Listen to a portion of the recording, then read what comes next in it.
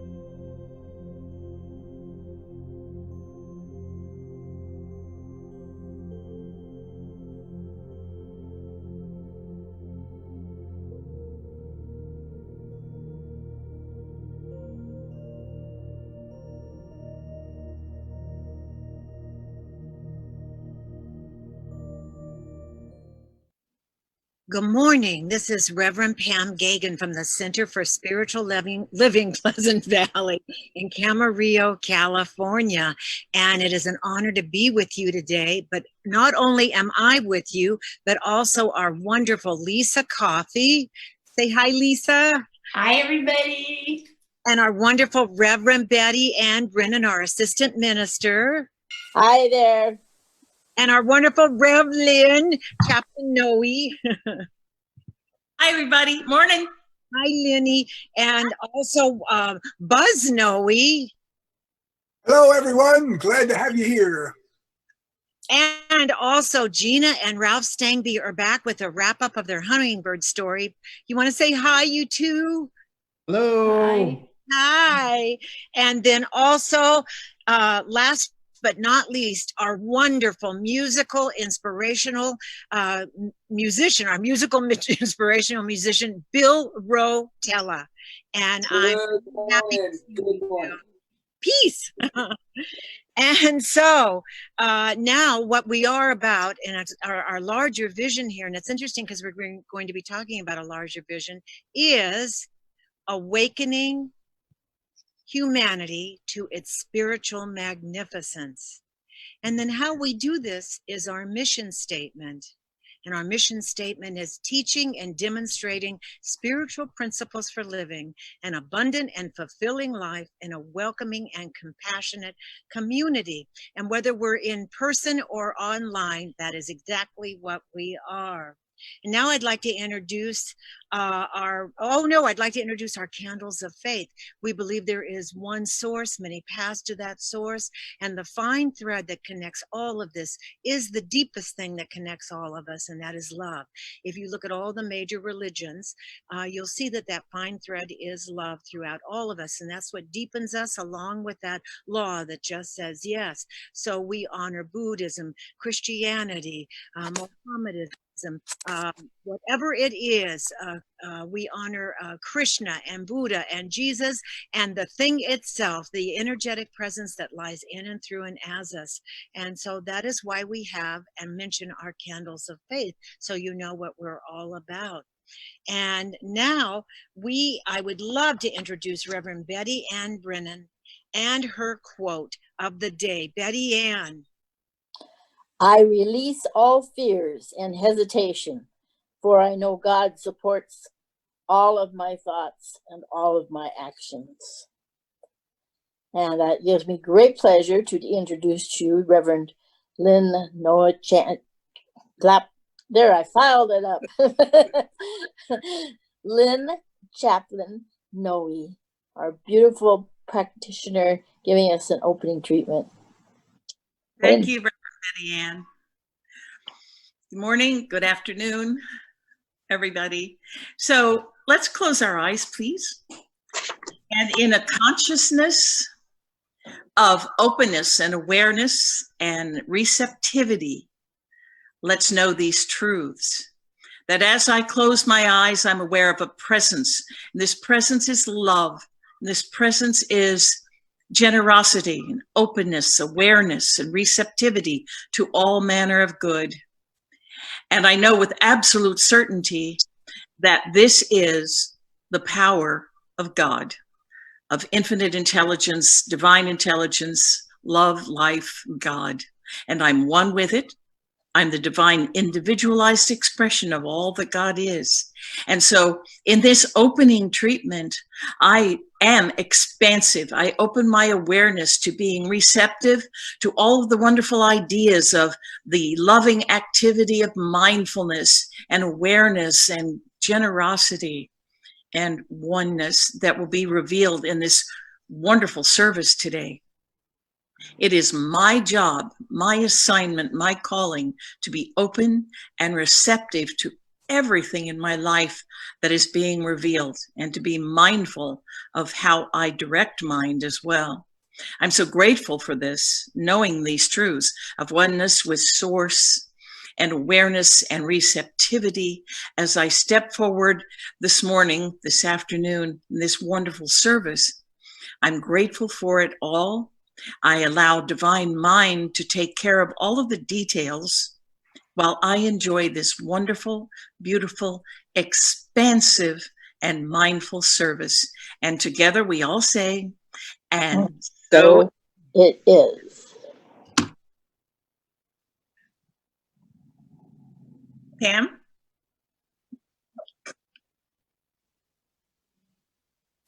I was muted, sorry. And so, oh, it is my honor at this point in time. We started a new little section of our service, and I called it Uplifting Stories in an Untethered World. And the first week we introduced this, Ralph and Gina Stangby, congregants, gave us a presentation, presented how they're spending their time during the sequestering. And it was about taking care of a hummingbird nest. And they not only, I asked them to come back, there was one line in Facebook that Gina wrote, and it just grabbed my attention immediately. She had a picture of the little birds outside their nest. And it said, just like that, then they were gone. And so I'd like you to follow up, please, Gina and Ralph. Thank you so much for being with us. Hello.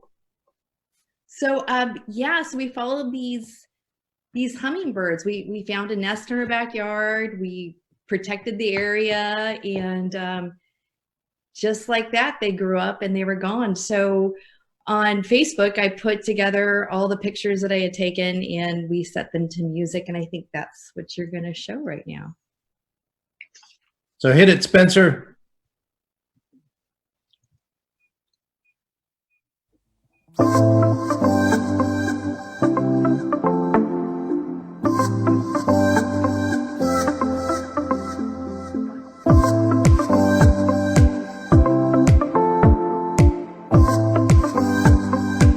For me? Thank you, honey. It's about 2 minutes, Spencer.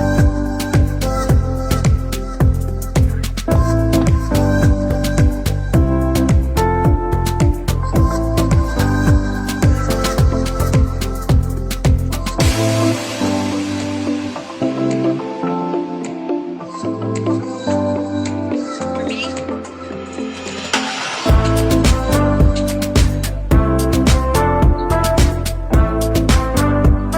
Right. Yeah.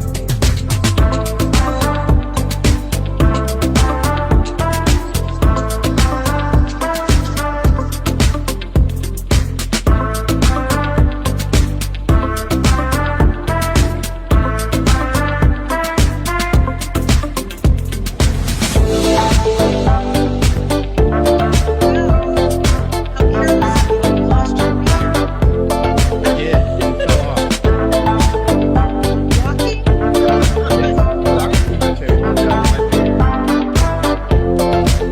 No, it'll come back when it actually goes.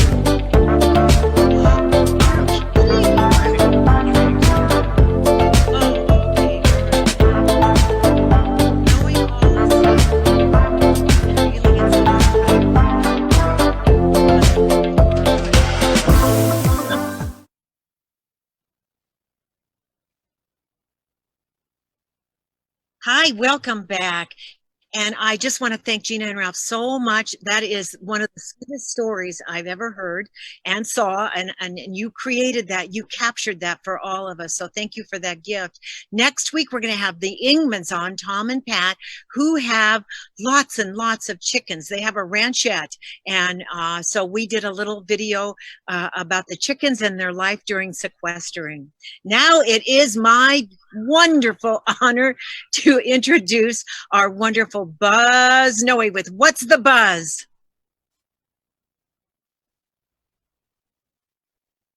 Well, hello, everyone.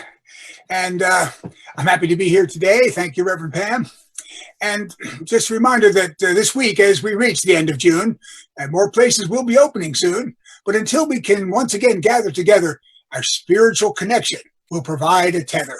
So let us know that we'll all be okay. And here's the announcements for this day. Morning meditations are daily on Facebook Live with our Reverend Pam to help us thrive. Ho'oponopono is the theme each day. Tune in, it'll allow you to feel okay, because apology, forgiveness, love, and gratitude will open your mind to a positive attitude.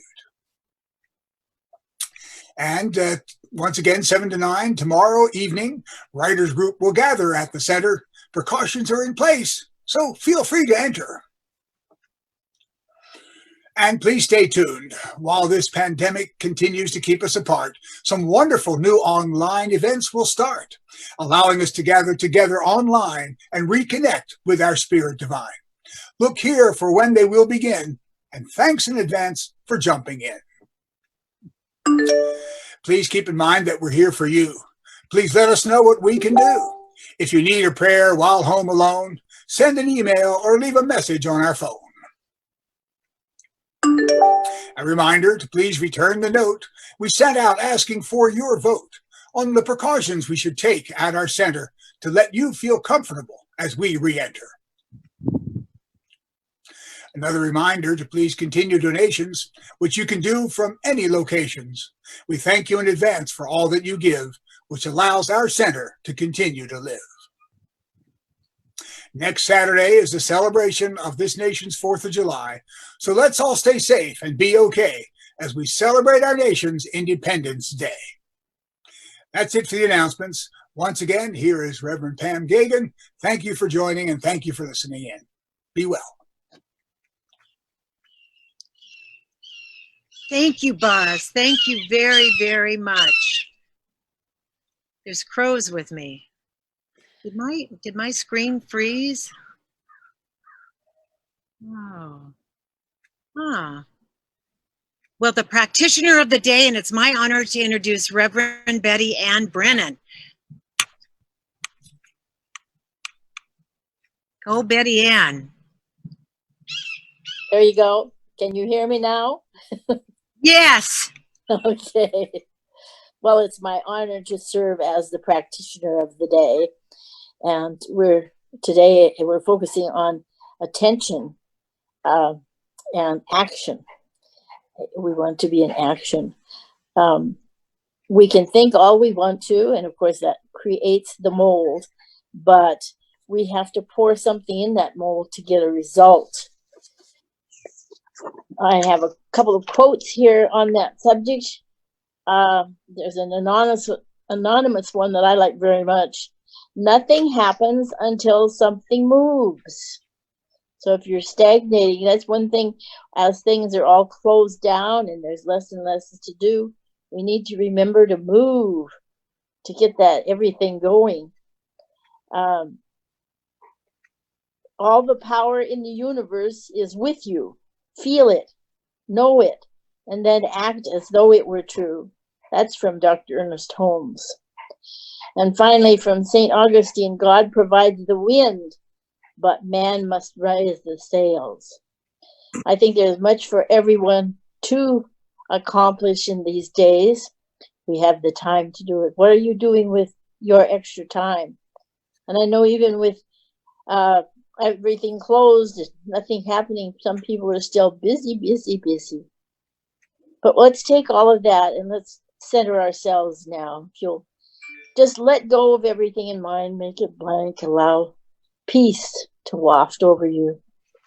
Breathe easily, close your eyes, and allow that infinite intelligence that rules the universe to be aware, an awareness in our minds, in our lives, and to know that there is only one power, and we are all at one with that power. I am that power. And so in that knowing, I put forth love. All that I touch, all that I do, all that I have, all that I am is love. And allow that love to fill in all the spots. And along with that, forgive everything. Much need for forgiveness, and how free I am when all is forgiven and all comes from love. And the action of the universe, I am always divinely guided into right action, into the right place at the right time, into love. And so I look at myself, my identity, my essence, and see that I am spirit expressing, and that all of life is really reacting perfectly. I am, my life is unfolding perfectly, no matter what. I give thanks for this knowledge. I give thanks for the awareness to follow the process, to move from one thing to the other, staying in the now and enjoying every moment, no matter what. And so I just turn these words over to that infinite creative intelligence, release and let it know that all is well. And with great feelings of peace and plenty, say with me, and so it is. And so it is, I can introduce our wonderful, wonderful melody man of the day, Bill Rotella. All right. Hi, everybody. So I heard Reverend Lynn talk about being open and receptive. And as you know, sometimes at our Sunday gatherings, I'll just shift songs in mid-flight because I hear something. And so earlier today, when we were kind of going through stuff, Ralph happened to like a little doodle I was doing on the guitar. He goes, "Hey, that's nice." And so this is a brand new song I wrote, and I wasn't going to do it.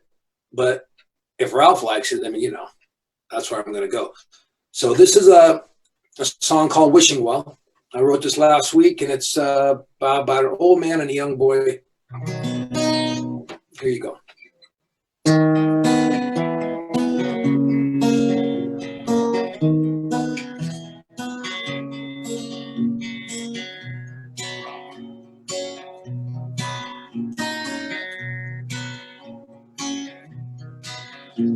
There's an old man listening to his radio, waiting for a song he used to know, thinking about a girl and a kiss he stole at the wishing well. Young boy walking down the old school road, mind full of dreams, pocket full of holes. Here's a man singing about his long ago's at the wishing well. The boy caught him wishing and he wondered why. He said, "Excuse me, sir, but this well's been dry a long time." The old man just knelt and tossed his dime in the wishing well. He said, "Some fear the hangman coming, some hear the angels strumming. I have my reasons for coming to the wishing well."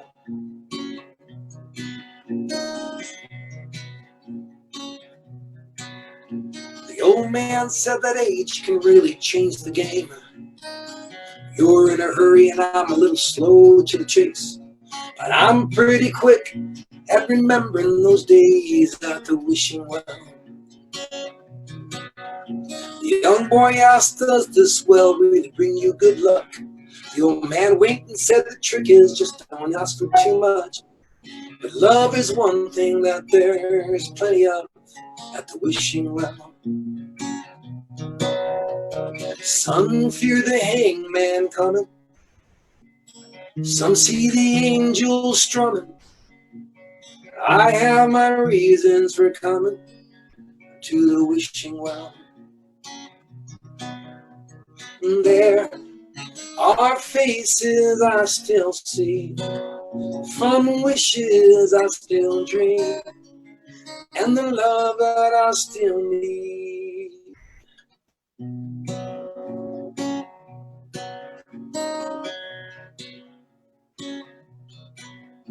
It's an old man listening to his radio, meets a young boy with some room to grow. Share some what's coming, he'll need to know at the wishing well. Young boy meets a man who's kind of cool for being old. Hope they'll meet again sometime and tells him so. Says he'll start making some wishes of his own at the wishing well. An old man and a young boy just trading hopes at the wishing well.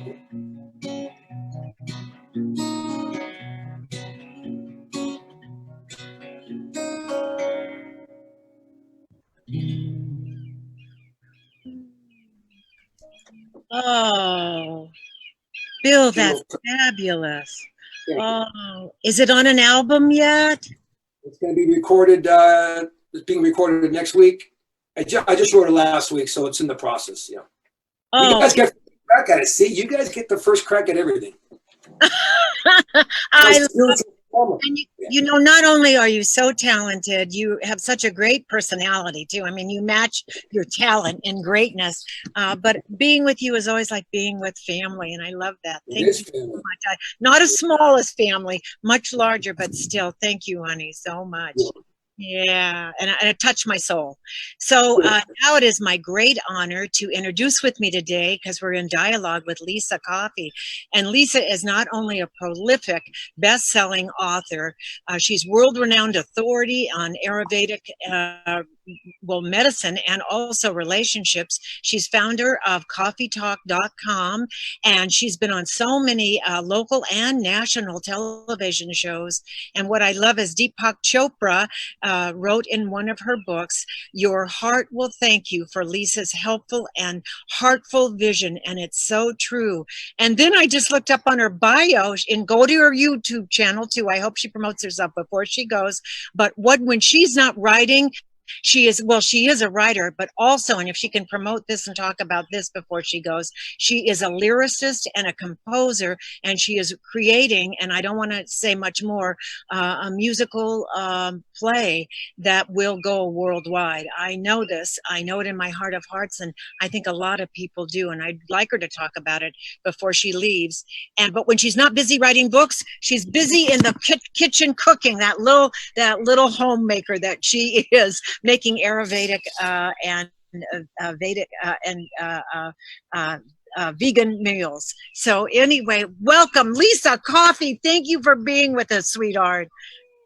Thank you, Pam. You know, I love you and I love your center. It's beautiful. Always have a good time with you guys. Oh, and not only we love you, and I miss you one-on-one so much. And one of the things to add to your bio, I'm out of breath saying all that you do. It's exhausting just even reading it.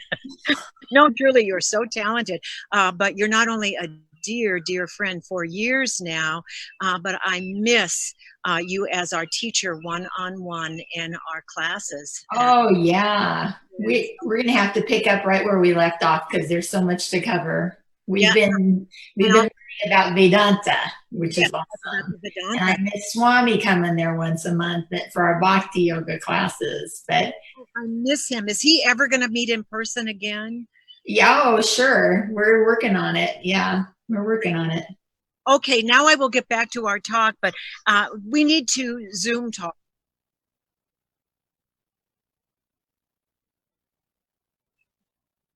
Okay, so anyway, we're going to go back and now we're going to talk, and our talk is about mindfulness in action. And I just thought this is a perfect time. That talk was given to us by CS, not given to us, but was they give out a list of talks from Centers for Spiritual Living every month, and this was the one for today. And I thought, in this time of coronavirus, it is one of the greatest awakenings that this energetic shift has ever had, is this mindfulness to wake us up and to deal with this pandemic and to rise above this global challenge. We have to answer to that one great call to step up and shine our light into awakening to all the places broken in our spiritual oneness. And it's because it's so much deeper than what we see. We see this virus and we know that we are responsible for having it go worldwide, but it affects everything, our societies, the economies, and the cause, again, is our own, coming from, I believe it's all an inside job, our own deepest consciousness, and it's coming up to be cleansed and clear. And as JFK said, it's our job to step up and shine our light for the common good, because as JFK said again, our president, President Kennedy, it's easy. It sounds not because it's easy, but it's because it's hard, and it means for our survival worldwide now. And I'm going to turn this over to you, Lissa. Okay, well, I mean, you said a lot there, and I think that a big part of it is it's not just the virus that's going on right now. There's so much going on in the world, and it's not like it just happened. This has been happening all along, but either we weren't aware of it, or we didn't pay attention to it, or it didn't affect us, so our attention was elsewhere. You know what I mean? Yeah. So I thought we'd start by looking at the Buddhist definition of mindfulness. Like, what is mindfulness? How is mindfulness going to help us get through all this? Well, mindfulness, according to the Buddha, is remembering to observe how mind's attention moves from one thing to another as things arise unasked, and then they completely pass away when they've run their course. So you can see how distracted we've been and looking here and there and this and that with politics and the virus and protests and masks and whatever. Everything seems to be a controversy. And how do we, integrate all of that into our minds, process it, and then take some kind of action that's going to be meaningful? What you said was so true. It's so way beyond the virus. It just gave us, it's like a metaphor of how we are on this little planet all by ourselves. And I always say we drink the same water, breathe the same air, and we've been drinking the same water and breathing the same air from everybody from eons ago, from the time of the beginning of who we are. And this is breaking down all the boundaries and showing us what a small, little, beautiful island we are. And if we do not shift in our consciousness and stop pointing fingers out there, instead of looking at our own selves more and being more mindful of who we are and how our job is to rise above even the pettiness and the pettiness of what's out there. This is what I see anyway. Absolutely. I mean, it's no coincidence that these things came up now, because spiritually, the virus is a demonstration, a physical, realistic demonstration of how we are all connected. Our breath, everything, the infection has grown. The virus doesn't know boundaries. The virus doesn't know countries or the edge of wherever anything is. That's all man-made concepts, we are all connected. And then this racism stuff comes up and we're like, yeah, we're all connected. So now, why wasn't that solved before? Why is it coming up again? It's because, you know what? It wasn't solved before. We assumed it was, and it's like, okay, that's good. We're done with that. On to the next. Our mind shifts, but it was never really taken care of. And that's the problem. I agree. It's interesting because this is what's so interesting to me is I've watched that we all watch this. We've all been immersed in all of this, submerged in all of it. And what's interesting is it's way beyond the racial, boundaries right now, as you said just so eloquently just a moment ago. But what it looks like to me is that because of the pandemic, a lot of us sequestered. It was like the volcano, and everything now is coming up for it to be cleansed, to cleanse that plate, to cleanse that slate and start fresh and realize that it is not this body that is experiencing all of this. It is our souls. Our souls have no color. Our souls have been chosen, I believe, to be here right now so that we are part of the solution and getting out of this problem, but also paying attention to the physicality of wearing the masks and being aware that everyone is responsible for spreading this. It's in our hands.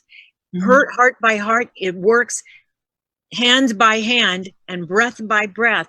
We are spreading this. And so it's our own, again, inside job, personal job to stay safe so that the world literally stays safe. Mm-hmm. And racism is another pandemic. It's just in the system, it's in the mind, and it spreads. We see how parents are spreading it to their kids. There's no reason why little kids should be racist at all, right? But they get it from their parents, just like you would get any other virus from your parents. And these things need to be healed on a very deep level, so that we can go forward and live the life we were really meant to live. It's so interesting because, it is interesting what we spread. My daughter is so cautious with her children, and now Allison is not afraid of anything except people. So someone gets close 6 feet, and she's going to be 4 on the 4th of July, but someone gets 6 feet and she runs to her mom. And I thought, this is something else. She's not, nothing scares her except the physicality of strangers. And I thought, oh boy, this is the COVID generation coming up. It's really interesting.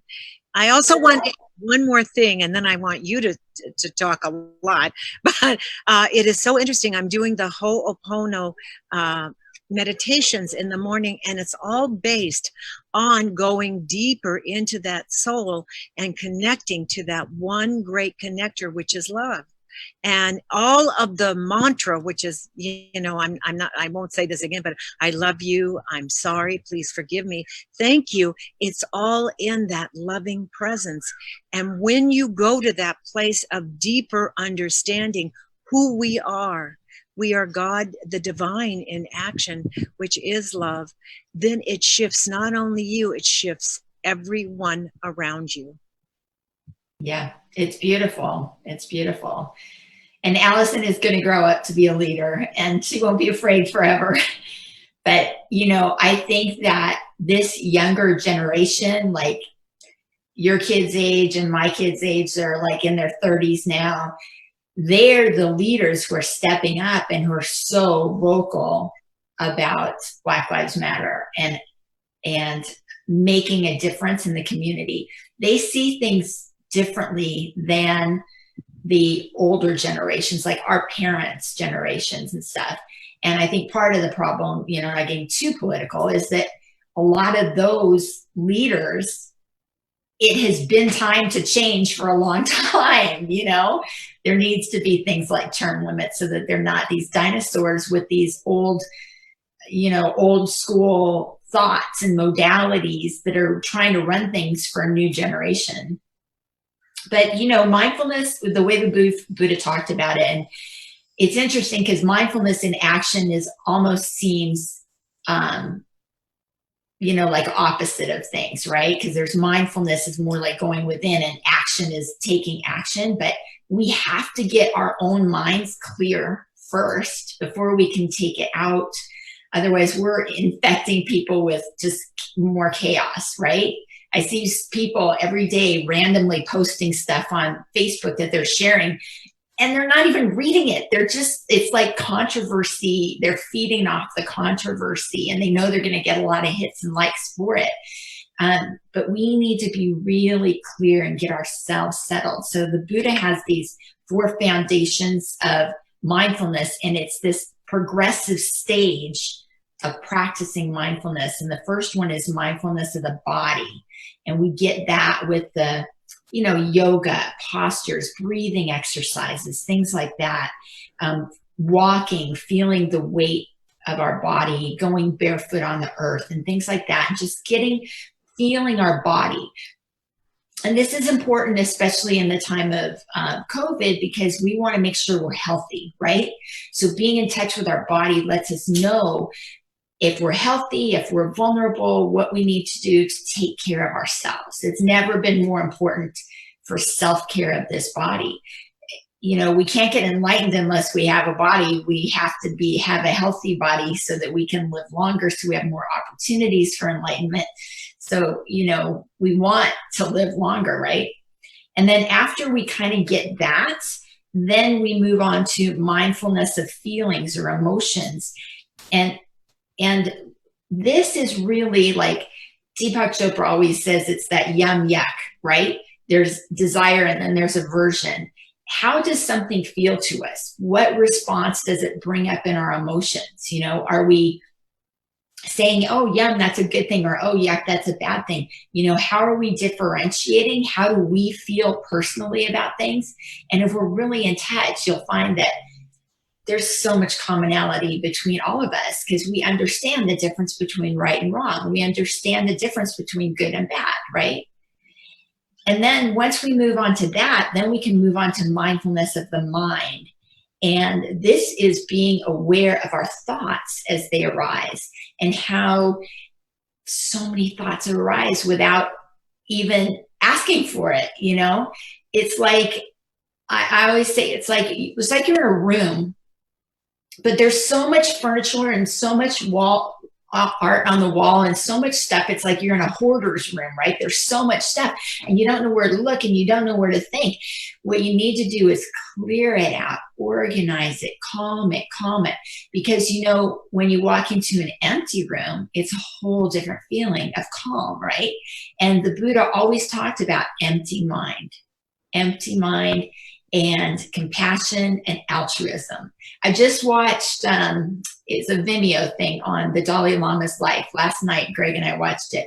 It was so good. And he talked about this all the time, about taking care of each other, you know, and how spirituality is really where our focus and attention needs to be.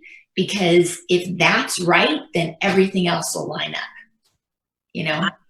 And then after spiritual mindfulness of the mind, then it's mindfulness of mental objects, which means paying attention to the totality of our experience and the mental qualities that arise. And basically that teaches us how we are creating our world, how our thoughts are the first entry into this world of what is going to happen. Everything starts with an idea, right? So whether it's good or bad or indifferent, we need to have that seed be a good seed filled with love and compassion and intelligence, so that good things are going to arise from it. It has to be fertile soil. And you know, it's so interesting when you speak of that seed. The reason we're now doing uplifting stories in an untethered world is because Ralph and Gina Stangby were recording this beautiful event of the birth and the nurturing of the nest, including not being too close to it to ensure that nobody is upset.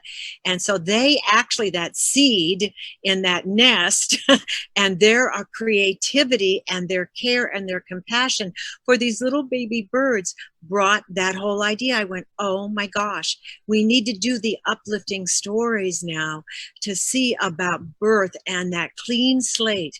Those birds came in with a clean slate. They don't know about corona or anything else. They know that they were nurtured by their mom and their environment supported them. And wouldn't that be wonderful if we all had that? Yeah, absolutely. Knowing that we do once we are in integrity and in right thinking. There's lessons all around us. And the reason I especially love your stories here is because it's a great way to connect as a community within all of us, you know, to see what everybody else is doing and use it as inspiration.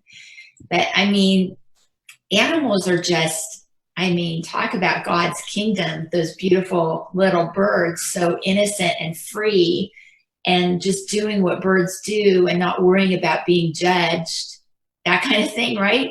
I mean, I learn from my cat every day. Her world really hasn't changed. You know, she doesn't watch the news or whatever. Her day just kind of goes along. But she still meditates. She does her practices, right? And that has to be our core. That has to be our foundation. Direct everything back to God, you know, or whatever that word looks like for you, you know, higher spirit, universality, Brahman, Krishna, whatever it is for you. If we're angry, we don't have to be angry at our fellow man. Be angry that, you know, just say, God, I need an answer. I need an answer. What can I do? You know, God will give you that answer. You know, if you're sad, say, God, help me. I'm handing my burden over to you. It's more than I can handle right now. And we have that support. And I think a lot of times we don't even realize it. I agree with you 100%. And I'm old enough now and been in a teaching long enough now where it all comes from divine spirit. It really does. And I do turn it over. One of the things that's been happening is I've been able to be in nature more since we've been sequestered. And it's really interesting. The people that I'm with, my bubble, so to speak, I'm so in tune with that every time I think of them, they show up or call, or it is so, or give me what I need, whatever it is. It's fascinating how we talk about, physical handing over things and physically mindful of being kind and compassionate and doing what you can in your own way, like taking care of your animals better or being closer to them at this time, or your children or anything else. But it is interesting how that clean slate also allows you to be in the flow. It is like that third eye, that pineal gland is just totally, the pearl that it is being totally cleansed, and we are connected. And I go back to, in that connection, I think we were the first internet before the noise came in. Yeah, absolutely. Absolutely. And I've got, I don't have any grandchildren in the US, but I've got these two little neighbor girls, 1 and 3 behind me. And of course, I haven't seen them since March, right? And I was just starting to really develop a relationship with them where they knew me and were starting to love me, kind of thing. And I'm like, oh, I miss them so much. How can I keep that bond with them? Because they're not on Facebook. They're little babies, So what I've been doing is I started a fairy garden in my backyard. And every once in a while, like add to it or put something else there. And then I text the mom, come look at the fairy garden. And then the girls will come and see, they discover something else magical. And then she texts me a picture of them. So I'm staying connected with them in that way. And it's giving me more opportunities for creativity and to feel their little kid joy, I love fairy garden too. I think the things that have stayed with me most, by the way, on that clean slate were when I was a child, and there were like fairy things that happened, like magical things that I didn't even understand, which was probably just nature, in its own self. But those have stayed with me on a deeper level than most things. And I believe that spirit is still open and receptive for that beginner's mind, for that innocence. And I want to tell you one miracle story, and then we'll go back and talk about mindfulness and letting go. Is my daughter was supposed to go back to work, and she doesn't. It's so complicated. You don't think about this, but because of the coronavirus, she can't bring people into her bubble, into her home that are not in her, her protected bubble right now, energetic wise and physically. And everything unfolded in her life so perfectly. Her in-laws said, yes, I'll help. I'm helping. And she doesn't have to go to work. Everything's done online. And so it is amazing. It's truly like a miracle again. And to me, it's that saying, I don't know what to do here. And something greater than I am will have the solution if I just let go and open up to it. And it's just magical. It's one of those magical things. Yeah. Absolutely. Yeah. So it's like you were talking about, the topic is meditation in action. So let's talk about the action part of it now. Yeah. And Vedanta, action is basically karma yoga. Karma yoga is working for the benefit of others. And eventually, by working for the benefit of others, you understand that really you're working for God, and God is working through you, right? So what you just gave is a perfect example of karma yoga in you and the other grandparents stepping up and supporting your daughter, right, in that time. And there's so many opportunities for all of us to do that right now.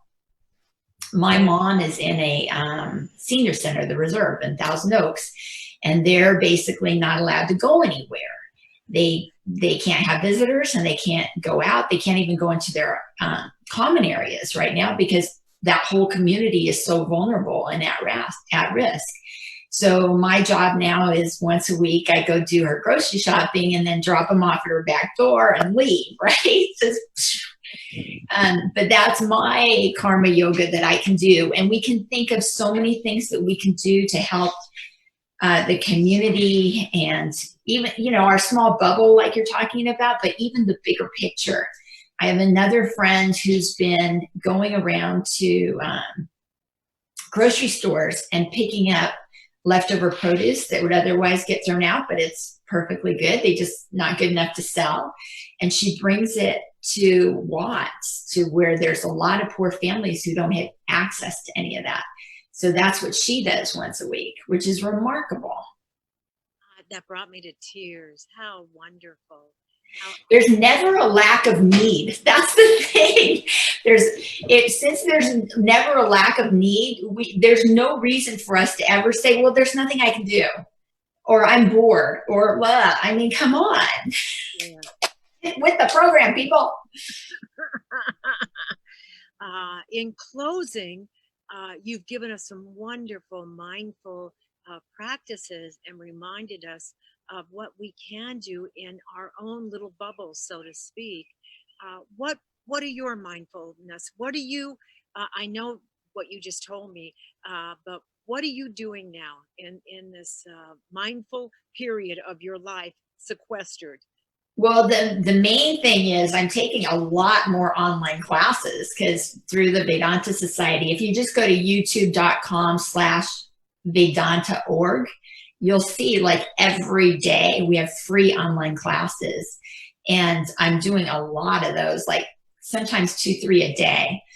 But, I'm sticking with my spiritual practice like more so than I ever have before. I've got such a routine, and I go and do my meditation in the morning and prayer and chanting. And then I have the same thing in the evening too with the Vedanta Society online. So it's like no excuses not to show up because everybody kind of comes together. And I'm doing it more than ever before because basically it used to be like, I felt like just me in my house doing it. So nobody didn't know if I didn't do it or whatever, right? It's just on me. But now when you've got this community to answer to and everybody's showing up, they're like, well, where were you? So it's really good. It's keeping me going. Yeah. Oh, and you know what else is interesting is since we've been online, we have thousands of people now that we reach. And my message always is having someone like you on, giving us wonderful tools and uplifting us in a greater way, and showing the good. There's been so much good in my life from this. And one of the things I was afraid of is all the responsibility with the babies. And it has brought, we're going to be bonded, forever throughout time and eternity. We are going to be bonded. So with my grandchildren, and I would not have had this opportunity if it weren't for COVID. And my children, they're so precious to me, and now more than ever, just now more than ever, because we can't just casually get together anymore. It's a planned thing, and we do it. Planned distancing thing. Yeah, and I love that you have the morning meditations at 9 o'clock on Facebook Live, which, I mean, that's a perfect spiritual practice for people to do, is just hop onto your Facebook page and meditate along with you. That's like beautiful that you've offered that, and you should keep that going no matter what. Thank you, Lisa. Thank you very much. In closing, would you like to say anything at all? I love having you with us. Your generosity of spirit and everything is just always amazing to me. You're a wonderful example of living the divine spirit within. You're living it without, just to share. Well, thank you. You're like my best PR person. I appreciate that so much. And no, just know that this is such a beautiful community we have here, and we are here for each other, even if it's online. We're still hanging in. Yeah. Well, I love you, and I just want to say thank you so much. Of course. And, just wonderful to be with you, and soon in person, I hope. Soon in person, because even social distancing, we can do this. Okay. Thank you, Lisa. Thank you for all of what you share, and just everyone knowing that we make a difference. And again, if you don't know, think about how this virus spread droplet by droplet by droplet around the world in a very short time. And those thoughts of who we are and how we show up and how we shine our light, and accept that self-responsibility, knowing that everything we see out there that looks like it's them, it's us too. And it's us to cleanse that so that it can be cleansed in the world as well. Because absolutely. We are in a drop, and we are that world in a sand, in a piece of sand, in a kernel of sand. Yeah, let me just add one more thing. I'm saying let's combat all the negativity with kindness. And I have a campaign to make kindness go viral, and it's online. If you go to everythingkind.com, you can take the vow and join the kindness movement, and we want to make that go viral. Okay, thank you very, very much. And anything else you want? Do you want to talk about your musical that's coming up? Are you ready? It's coming up. I'm working on it every day, which is good. But when it's ready, I'll make a big announcement. But for now, just go to everythingkind.com. Okay, thank you so much. Blessings galore, and we'll see you very soon. And I will go on Vedanta.org. I love the Vedanta Society, but I love you as its teacher, my teacher. Yeah. So thank you, sweetheart, so much. And now it is my honor to introduce Bill Rotella one more time. Take it, Bill. That was great, Lisa. That was great, Lisa and Pam. That was awesome. You. I don't know if you saw me taking notes as you guys are talking. There's like nuggets galore, Really good stuff. Fun though, you were talking about making a difference and staying kind and trying to. The real challenge right now though is like the Gandhi thing. You have to make justice and visible, not invisible. You have to make justice visible.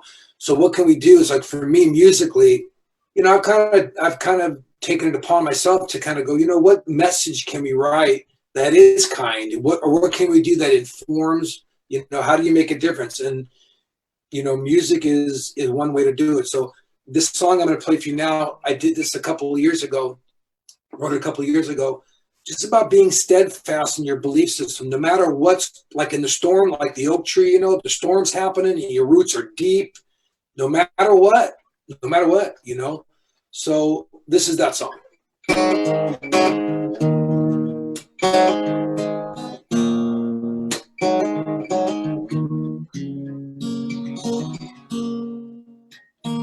100 horses and 5 freight trains couldn't drag me into that early grave. But I've cashed in the mistakes I've made while God rode shotgun from a million miles away. I don't wake in sorrow, I don't walk in shame. I don't deal in hearsay, I don't dwell in blame.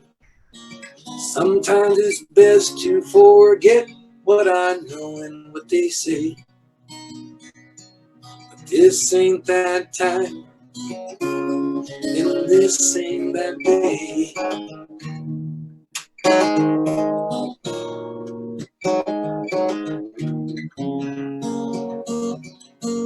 With the heart of a gypsy and the eyes of a child, I walk these fields and let my love grow wild.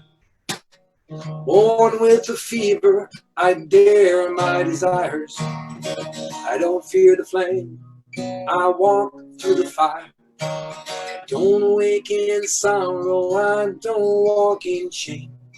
I don't deal in hearsay, I don't dwell in blame. Sometimes it's best to forget what I know and what they say. But this ain't that time, and this ain't that day.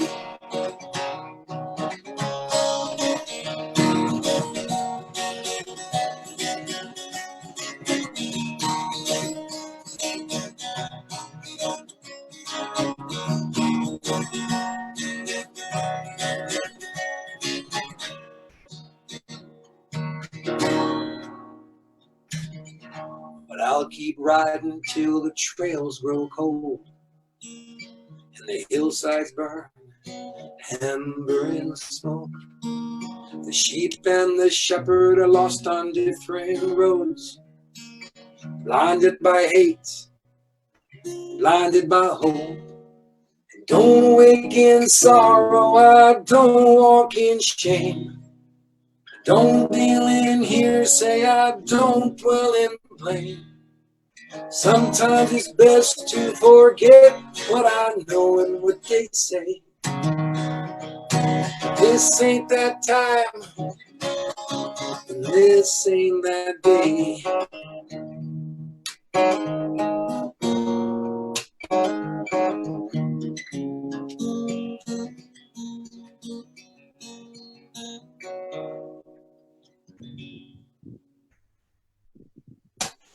Oh, Bill, thank you so much. By the way, what you said was so profound. Music is I think it is the greatest connector, more than words. With music and the thoughts behind it and the creation, it hits us so deep in the soul. Thank you for. I want to say something. I watched, if you haven't seen the special, I'm sure you've seen it, on John Lennon, the one Imagine, that documentary. But you think about guys like Dylan, people like George Harrison, people like John Lennon, people that have made a contribution to social awareness through their music. It's really inspiring, very inspiring. Yeah, and it hits you on every cellular level, and it hits you in that divine spot in the heart. Yeah. And I think it's the greatest connector worldwide. It really, thank you for your gift. Thank you. And we'll see you soon. And knowing, keep us up to date on everything you're doing. For sure. What's he doing, Bill? He's doing something. I'm moving. Hey, I'm not sitting here. People talk about being bored. That's a choice, right? Yes, it is. Thank you. Thank you for that. Oh, thank you. Blessings. Okay, now it's time to read our offertory and to know that you're giving to source. I always say we don't just give to a building. God knows now we're not in it, but we give to that which is we come with, the soul that we come with that shines its light out into the world. So together, we're going to read our offertory. Divine love blesses and multiplies all that I give and all that I receive. And so it is, and that's the way it is. And now it is my wonderful moment to tell you how you can share your sacred donations that are appreciated now more than ever. And thank you so much, those who are faithfully contributing to the center. It is so uplifting for all of us to know, because our message can still continue. So our mailing address is CSL Pleasant Valley, 221 East Daily Drive, Suite number 1, Camarillo, California, 93010. Our website is www.csl-pleasantvalley.org. And I invite you to also email us and get in touch with us by the website. Email us, get in touch with us by the website, and leave a message on our phone, 805-482-4300, and we will get back to you with prayer treatment. We are a praying center, and we believe in that power and that presence of knowing that in that oneness, you are powerful, I am powerful, all are powerful. And so now it is my honor to introduce the last song, and it is We Shall Overcome, again by Daniel Namad and Nemo Patel. And just knowing that, thank you so much for their gift. They contribute all their music free to us. So enjoy.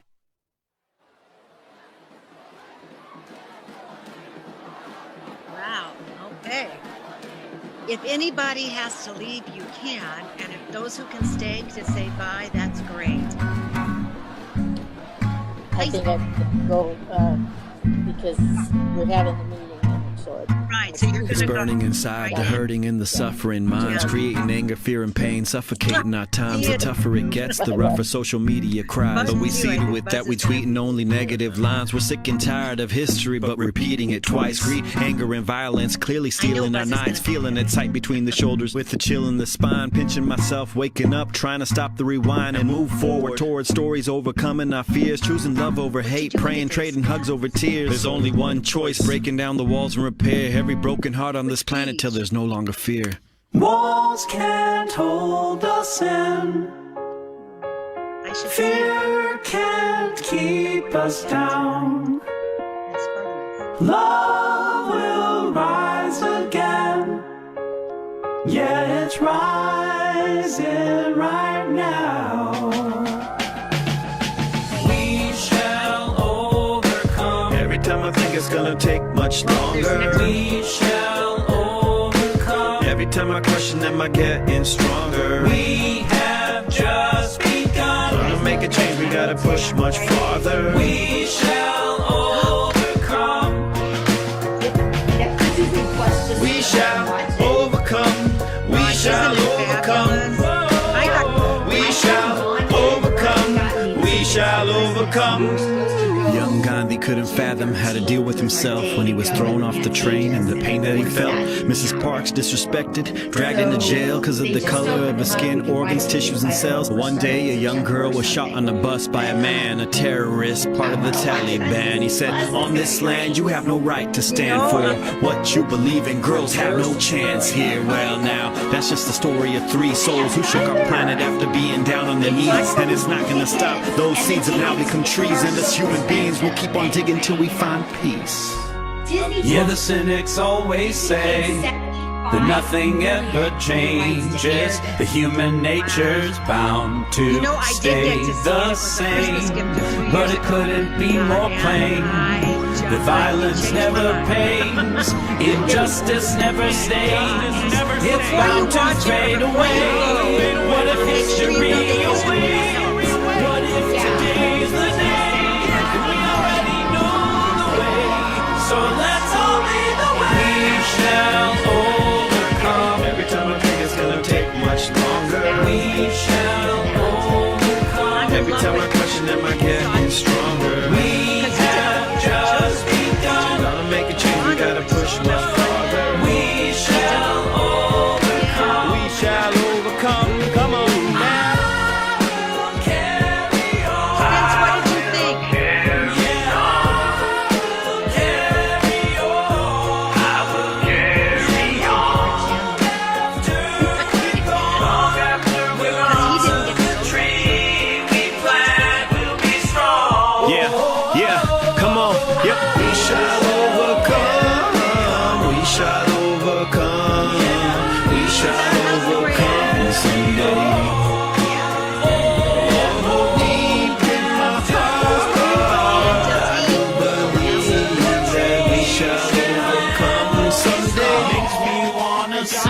now. We shall overcome. It's gonna take much longer. We shall overcome. Stronger. We shall overcome someday. I'm feeling it deep in my heart. Deep in my heart. I do believe. Yeah, we're still here. We shall overcome someday. Come on, put your hearts together. Here we go. Woo! I knew it.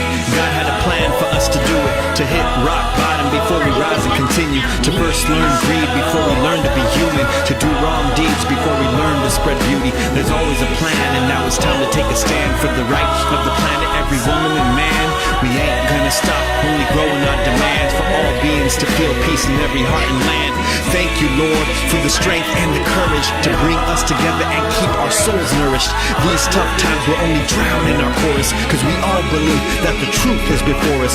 We shall overcome this pain. We shall overcome this day. We pray for love to lead the way.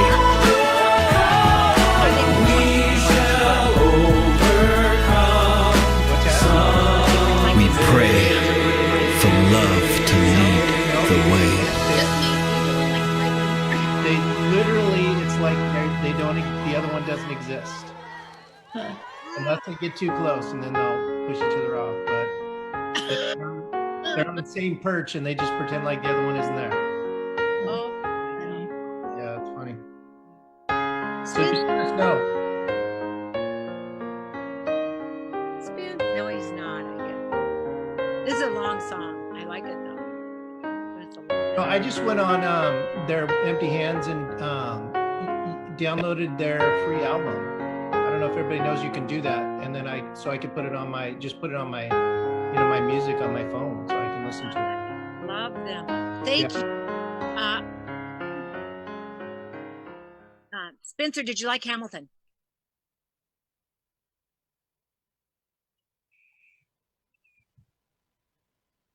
Thank you. Ralph Stangby just announced that, or told me that you can download Empty Hands Music with Nima Patel for free, their albums and their music on YouTube. So I just want you to know that.